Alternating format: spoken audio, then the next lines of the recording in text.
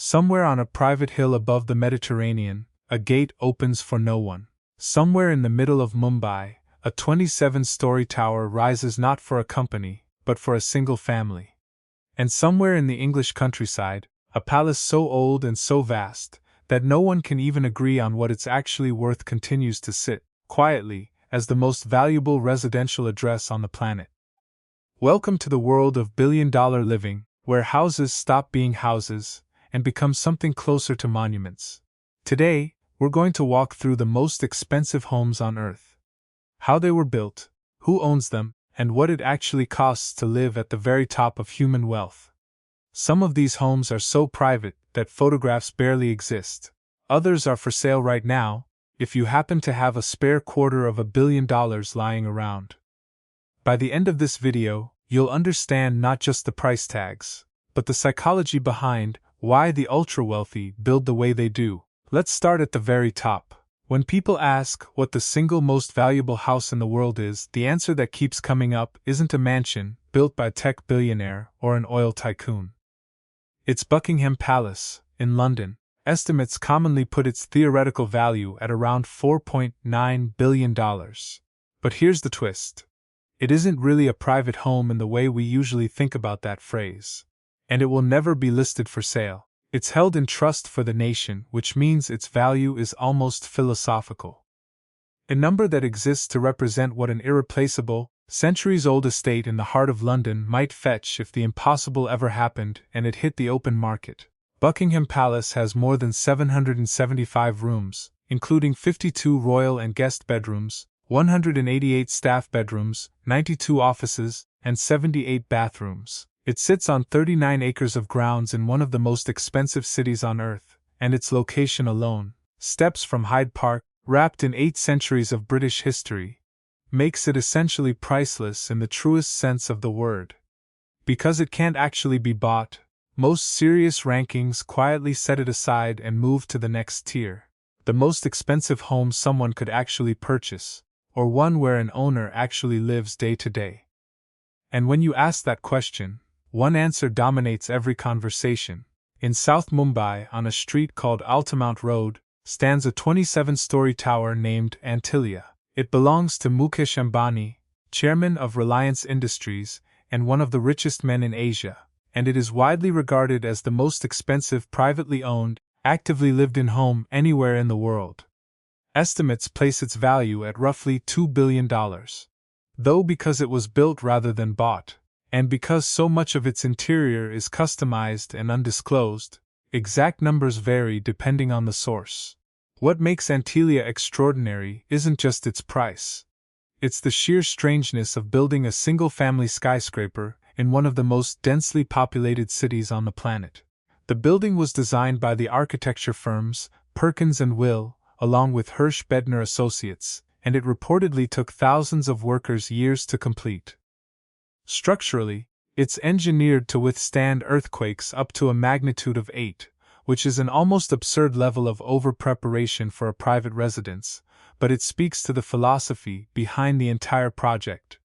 Nothing was left to chance, and nothing was standard. Inside, the building includes multiple helipads on the roof, a 200-seat private movie theater, several swimming pools, hanging gardens spread across multiple floors, a spa level, a ballroom, and enough garage space to comfortably house more than 150 vehicles. It's said that no 2 floors share the same design language or materials palette, meaning the building functions almost like 27 separate homes stacked vertically, each with its own aesthetic identity.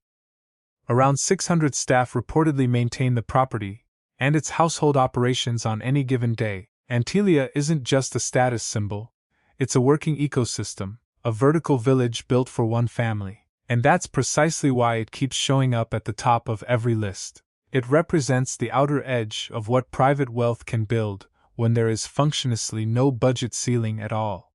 What's often overlooked in coverage of Antilia is just how much logistical planning goes into running a home of this scale every single day. A staff of 600 doesn't simply show up to dust furniture and answer doors.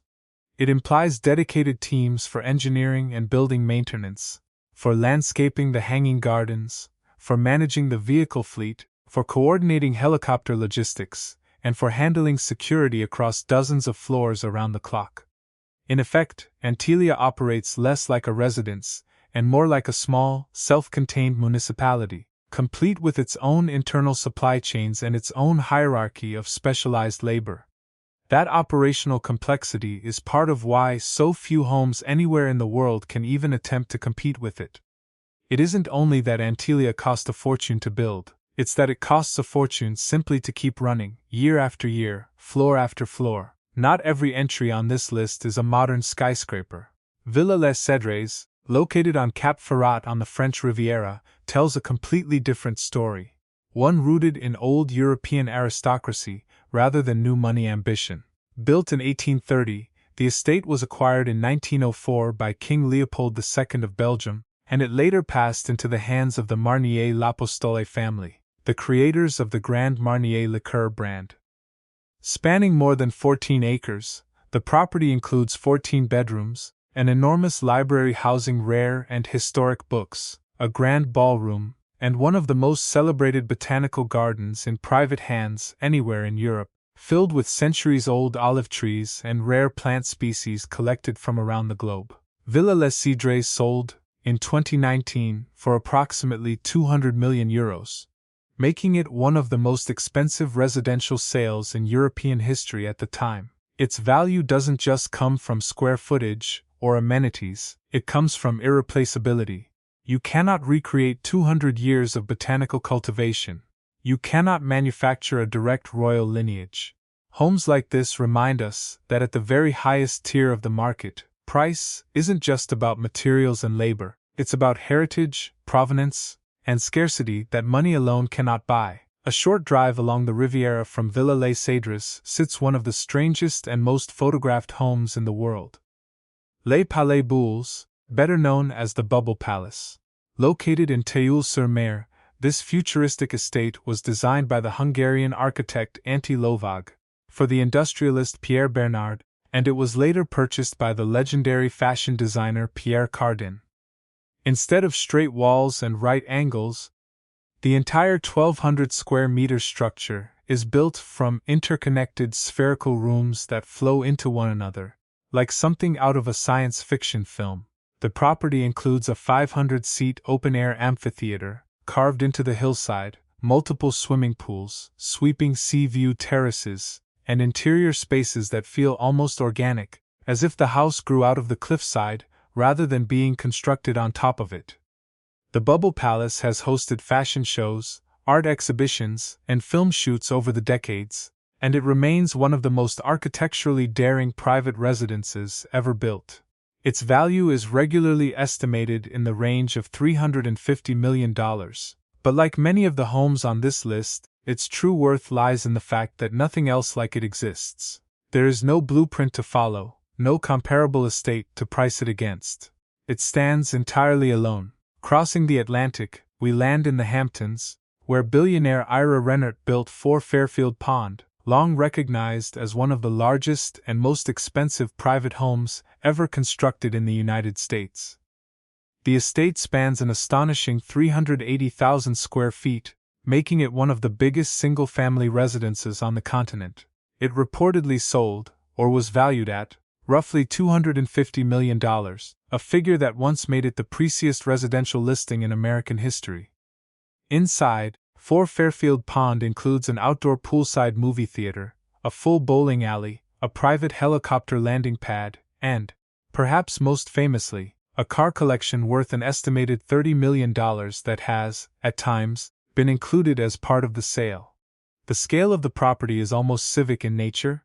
It functions less like a family home and more like a private resort compound, complete with staff quarters, guest houses, and recreational facilities that rival high-end hotels. Homes like this reveal an important truth about ultra-luxury real estate in America specifically. Prestige is measured in raw scale as much as in design sophistication. Where European estates lean on history, American megamansions often lean on sheer, uncompromising size.